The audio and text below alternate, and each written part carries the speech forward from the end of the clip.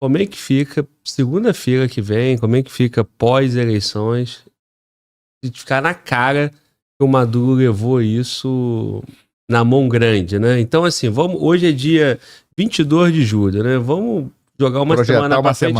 Dia 29. Dia 29, o mundo já sabe, né? Nós já vamos saber quem foi eleito. Chegou lá, Maduro eleito, com todo tipo de problema. Como é que fica o Brasil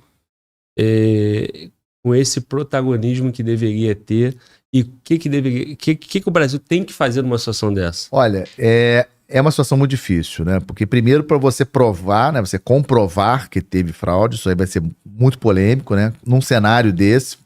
Mas vamos supor que seja uma coisa, como você falou, muito evidente, digamos assim, de fraude. O Brasil vai ficar numa situação muito difícil. Porque, assim, militarmente, nós não vamos invadir a Venezuela por causa disso, né? Então não vai haver uma ação militar do Brasil contra a Venezuela por causa disso.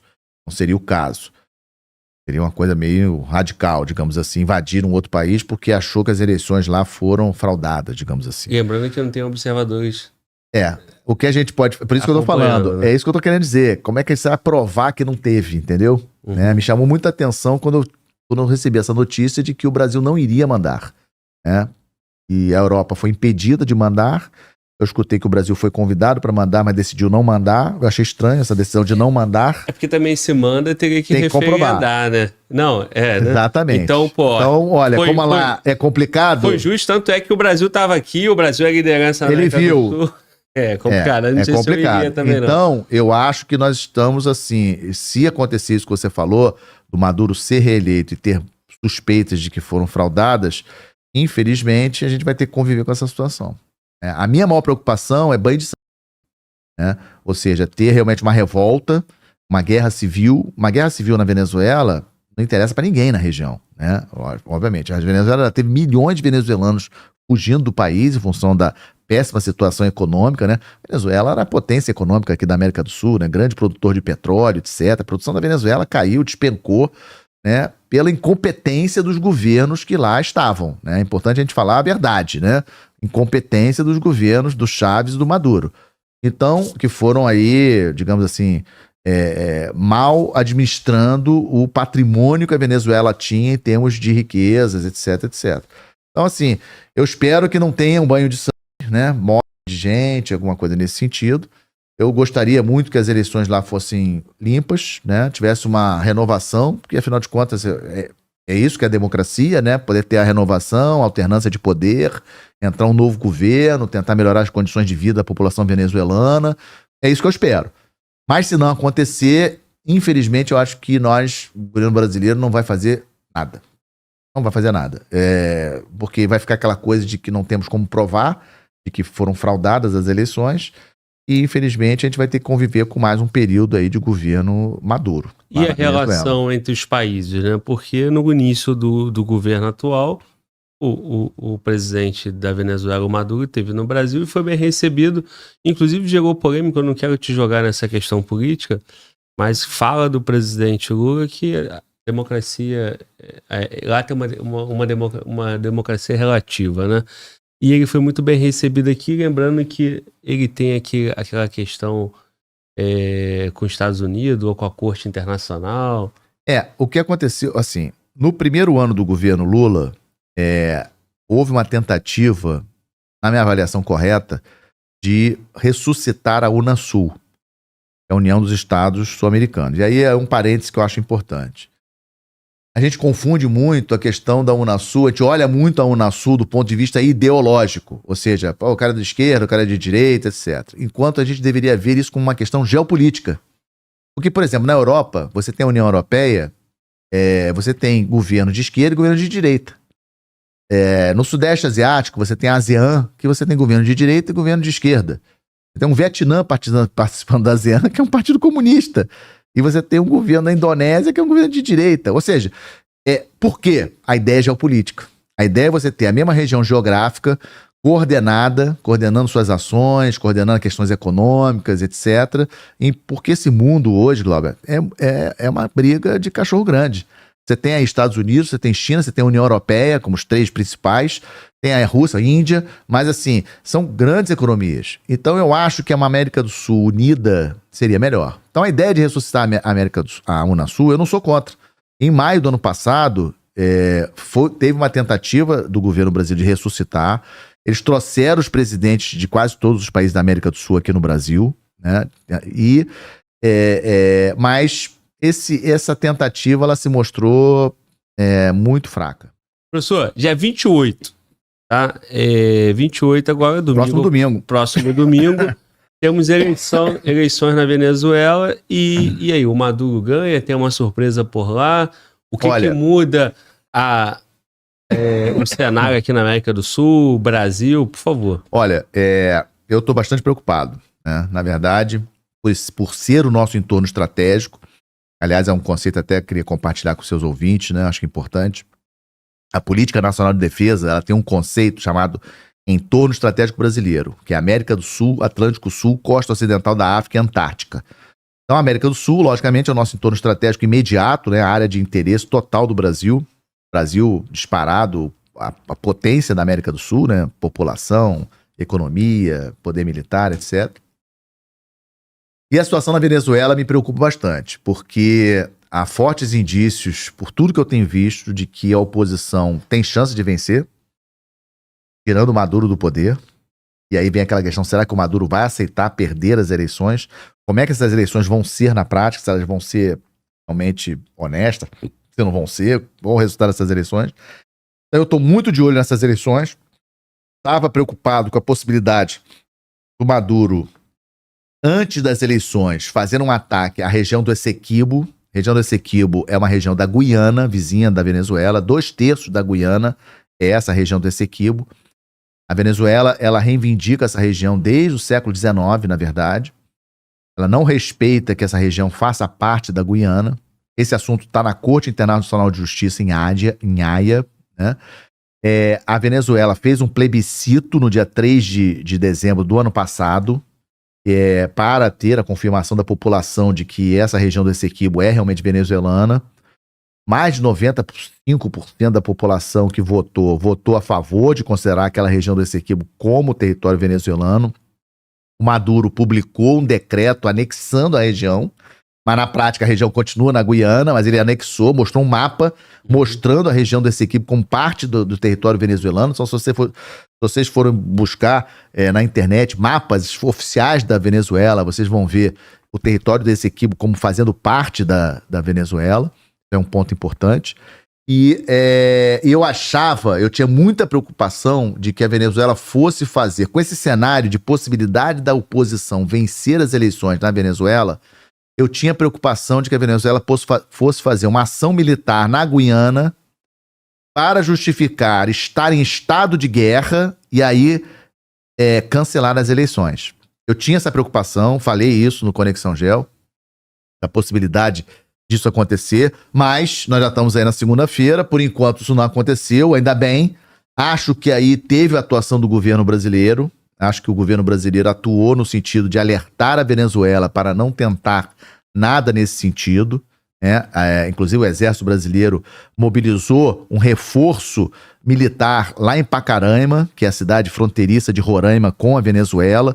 Então hoje o Exército Brasileiro está melhor posicionado lá em Roraima para qualquer tentativa militar da Venezuela, digamos assim, entrar no território brasileiro, porque geograficamente é mais fácil a Venezuela atacar a Guiana pelo Brasil, entrando por Roraima. Essa era uma preocupação muito grande que o Exército e as Forças Armadas, mas principalmente o Exército tem. E aí o Exército já reforçou a defesa dele lá, levou para lá vários carros de combate para Roraima, né? Então hoje nós temos uma capacidade de defesa em Roraima maior do que nós tínhamos ano passado, né? Então hoje eu garanto que a Venezuela não entra no território brasileiro por Roraima. Isso já está descartado.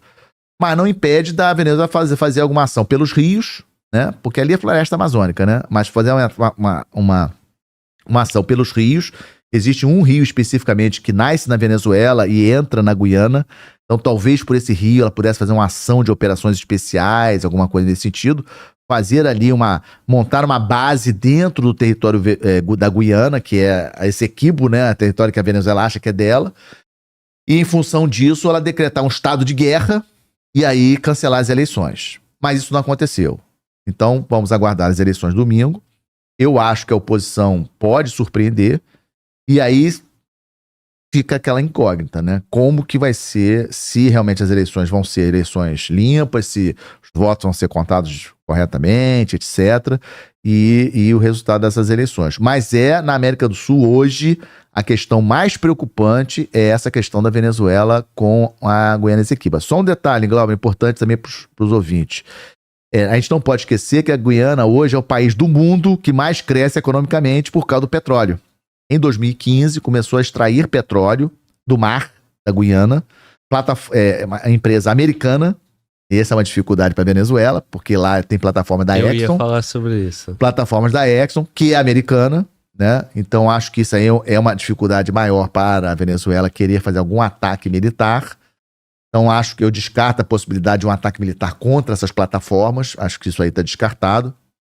Se a Venezuela fizesse algum ataque, ela seria por terra, pelos rios, esse rio que eu comentei que entra na Guiana, mas por enquanto não teve. Então, a minha expectativa é vamos aguardar, tomara que não aconteça nada ao longo da semana, e aguardar efetivamente as eleições domingo e ver se o resultado das eleições saem aí normalmente, etc. Infelizmente, a gente não tem observadores internacionais, a Venezuela não deixou os observadores da Europa irem, brasileiros, etc. Né? Então, essa é uma preocupação. Se as eleições realmente vão ser limpas lá na Venezuela, né? Infelizmente temos dúvidas em relação a isso. E o Maduro, semana passada, ele falou uma coisa que me preocupou, porque ele largou num pronunciamento que caso ele não vencesse, a Venezuela entraria em colapso, etc. A população iria se revoltar, etc. Aquilo me preocupou. Ele falou até um pouco mais pesado que isso, né? Falou que ia ter sangue. Exatamente. Então isso realmente me preocupou. E eu espero que o governo brasileiro tenha atuado nos bastidores em relação ao governo do Maduro, no sentido de assustá-lo para que isso não aconteça. Mas a gente não tem certeza, né? Então, hoje, na América do Sul, a questão mais preocupante é realmente essa questão da Venezuela. Agora, o senhor fez uma observação interessante, que hoje, o senhor usou o termo, garanto que Venezuela não passa pelo território, não passa por Roraima, não passa pelo Brasil. Não passa. Mas em dezembro, quando surgiu essa tensão, passaria. Aí teve toda essa mobilização para lá. Foi. Então ali era uma região que já tinha um estresse, já tinha um alerta, mas o Brasil não estava posicionado. Verdade. Né? Verdade. Agora, essa dissuasão forte foi o Brasil ou é porque são os ingleses ali, porque a Guiana inglesa, não. É por conta da empresa americana? Não, olha só. Você acha que a força maior ali de suas horas é o Brasil? Olha só, eu acho que o governo, também não tenho como precisar isso, né, afirmar realmente 100%, mas na minha impressão o governo dos Estados Unidos deu um recado para o governo brasileiro, né? Tipo assim, a questão da Venezuela nos preocupa, eu queria saber se o governo brasileiro garante que a situação lá vai estar sob controle. Eu acho que o governo brasileiro recebeu esse recado. Obviamente que esse tipo de assunto não vai ser passado abertamente para a imprensa, né? Aquela conversa de bastidor, né? Mas é importante a gente lembrar que este ano o secretário de Estado dos Estados Unidos, o Antony Blinken, esteve em Brasília, esteve com o presidente Lula, né? Pessoalmente, porque certas coisas a gente não faz pelo telefone, né? A gente fala pessoalmente. Então o secretário de Estado dos Estados Unidos veio para uma reunião do G20, que foi no Rio de Janeiro, mas antes passou em Brasília. E na minha avaliação passou para falar exatamente isso, né? E me chamou muita atenção que recentemente teve aquela reunião do Mercosul no Paraguai e depois o presidente brasileiro foi a La Paz, na Bolívia. E estava lá na agenda, como tópicos de discussão com o governo da Bolívia, as eleições na Venezuela. Uhum. Aquilo me chamou a atenção, porque eu falei, por que vai estar na pauta do governo brasileiro, no encontro com o governo da Bolívia, as eleições na Venezuela? Então, na minha avaliação, o presidente brasileiro já foi conversar com o presidente boliviano sobre a possibilidade do que está acontecendo na Venezuela, talvez no sentido do governo boliviano, que é um governo que tradicionalmente, esse governo atual da Bolívia é um governo que tradicionalmente apoia o governo Maduro, né? Então, acho que o governo brasileiro foi explicar isso, o presidente brasileiro foi pessoalmente explicar isso para o presidente boliviano, de que não é para apoiar uma possível vitória ou um problema qualquer que aconteça lá na Venezuela. Então é algo para a gente ficar de olho, né? Eu gosto de fazer esse chavão no meu podcast, estamos de olho, porque realmente é uma questão importantíssima, né? Então eu estou com alguns elementos que indicam que o Brasil recebeu um alerta dos Estados Unidos, e aí entra aquela questão que eu sempre falo, nós precisamos assumir a liderança na América do Sul, né? Infelizmente, a América do Sul, eu não vejo isso, né? A gente ainda não tem. Então, mas nessa questão da Venezuela, eu espero que a gente consiga efetivamente exercer e as eleições ocorram normalmente, não tenha nenhum tipo de crise, alguma coisa nesse sentido. Seria muito ruim para o governo brasileiro se acontecesse uma virada de mesa na Venezuela, algum tipo de... né? Mas... infelizmente, como o Maduro falou isso na semana passada, eu fico preocupado que essa carta possa ser jogada na mesa quando o resultado ali das eleições... Porque eu tenho acompanhado nas redes sociais, Cláudio, a campanha da oposição, e a Maria Corina, que é a grande política atualmente na Venezuela, mas não é a candidata da oposição, ela apoia o Edmundo, que é o candidato da oposição, é um embaixador da Venezuela, aposentado, que ele é o candidato formal da oposição venezuelana, mas a Maria Corina é o símbolo da oposição venezuelana, né? É a política mais famosa hoje na Venezuela, é a Maria Corina. Ela foi impedida de concorrer nas eleições.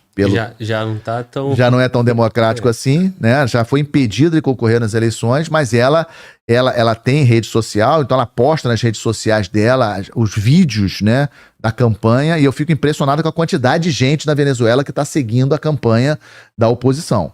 E eu já tenho fontes de pesquisas lá na Venezuela que indicam a vitória da oposição domingo. Mas fiquei preocupado com o que o Maduro falou semana passada. Então, eu espero, né, que o governo brasileiro tenha sido bem claro com o Maduro, no sentido dele aceitar o resultado das eleições.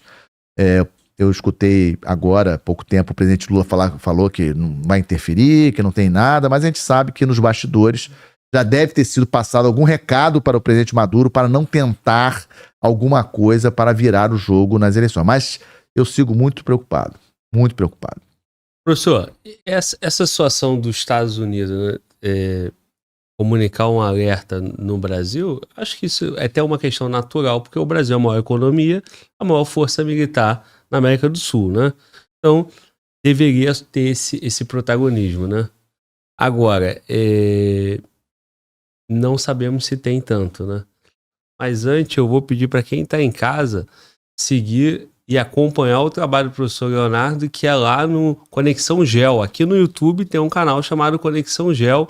Nós vamos colocar o link nos nossos vídeos e aí você vai poder ter essa aula. Vídeo todo dia, como é que é? Tento fazer um videozinho curto, quase que diariamente, e o podcast toda sexta-feira. Essa é a ideia. Então, maravilha. Mais um professor aí para você acompanhar. Professor Leonardo Matos, Conexão Gel.